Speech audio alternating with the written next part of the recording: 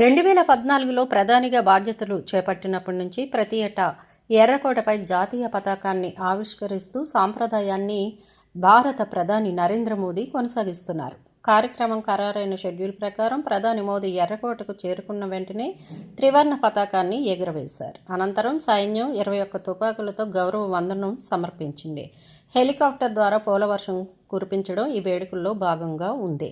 ఆ తర్వాత ప్రధాని మోదీ దేశ ప్రజలను ఉద్దేశించి ప్రసంగించారు. దేశ ప్రగతి, సాధించిన విజయాలు, భవిష్యత్ దార్శనికతను తన ప్రసంగంలో వివరించారు.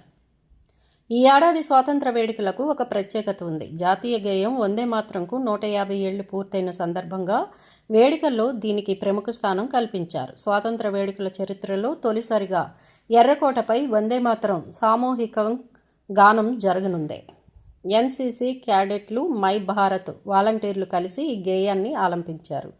దాంతోపాటు 2047 నాటికి వికసిత భారత్ నిర్మాణంలో యువత శక్తి, ఆకాంక్షలు, భాగస్వామ్యాన్ని ప్రతిబింబిస్తూ యువశక్తికి కూడా ఈసారి వేడుకల్లో ప్రత్యేక ప్రాధాన్యం ఇచ్చారు. చారిత్రక వారసత్వానికి, భవిష్యత్తు లక్ష్యాలకు వారధిగా ఈ ఏడాది 80వ స్వాతంత్ర దినోత్సవ కార్యక్రమాలను ప్రభుత్వం నిర్వహించింది.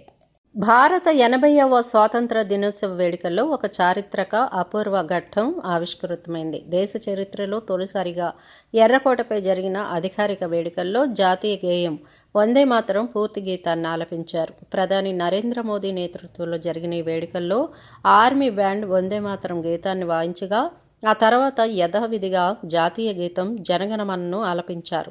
ఈ ఏడాది జాతీయ గేయానికి 150 ఏళ్లు పూర్తి కావడం ఈ సందర్భానికి మరింత ప్రాధాన్యాన్ని చేకూర్చింది.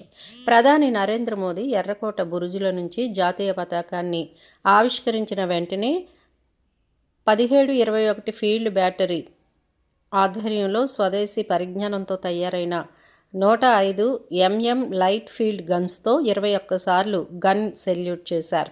ఆ తర్వాత ఆర్మీ బ్యాండ్ వందే మాతరం గీతాన్ని వాయించింది. అదే సమయంలో భారత వైమానిక దళానికి చెందిన 2 Mi-17 హెలికాప్టర్ల వేదికలపై పూల వర్షాన్ని కురిపించాయి.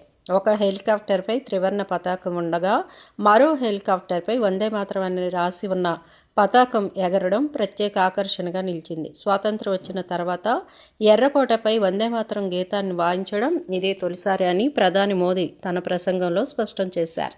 ఇటీవల జాతీయ గీతంతో సమానంగా వందే మాతరానికి చట్టపరమైన రక్షణ కల్పించిన నేపథ్యంలో ఈ పరిణామం చోటు చేసుకుంది. జాతీయ గౌరవ అవమానాల నివారణ బిల్లు 2026కు రాష్ట్రపతి ద్రౌపది ముర్ము కొద్ది రోజుల క్రితం ఆమోదముద్ర వేశారు. ఈ కొత్త చట్టం ప్రకారం వందే మాతరం గీతాలాపనను ఉద్దేశపూర్వకంగా అడ్డుకున్నా లేదా అవమానించినా జైలు శిక్ష, జరిమానా లేదా రెండూ విధించే అవకాశం ఉంటుంది. 80వ స్వాతంత్ర దినోత్సవం సందర్భంగా ప్రధాని నరేంద్ర మోదీ ఎర్రకోటపై నుంచి జాతిని ఉద్దేశించి ప్రసంగించారు. దేశం సరికొత్త సంకల్పంతో ముందుకు సాగుతోందన్నారు. 2047 నాటికి భారత్ను అభివృద్ధి చెందిన దేశంగా తీర్చిదిద్దడమే తన లక్ష్యమని స్పష్టం చేశారు. ఈ చారిత్రాత్మక రోజున స్వాతంత్ర సమర యోధులకు, విప్లవకారులకు, మహాత్మా గాంధీకి ఆయన నివాళులర్పించారు. ఈ సందర్భంగా ప్రధాని మోదీ మాట్లాడుతూ ఇదొక చారిత్రాత్మక దినం. స్వాతంత్రం వచ్చిన తర్వాత ఎర్రకోట ప్రాకారాల నుంచి వందే మాతరం గీతం వినిపించడం ఇదే ప్రథమం. ఈరోజు ప్రతి ఒక్కరి హృదయంలో వందే మాతరం ప్రతిధ్వనిస్తోంది. ప్రతి ఇంట్లో మువ్వన్నెల జెండా ఎగురుతోంది. ప్రతి మదిలోనూ త్రివర్ణ పతాకం నిలిచి ఉంది అన్నారు.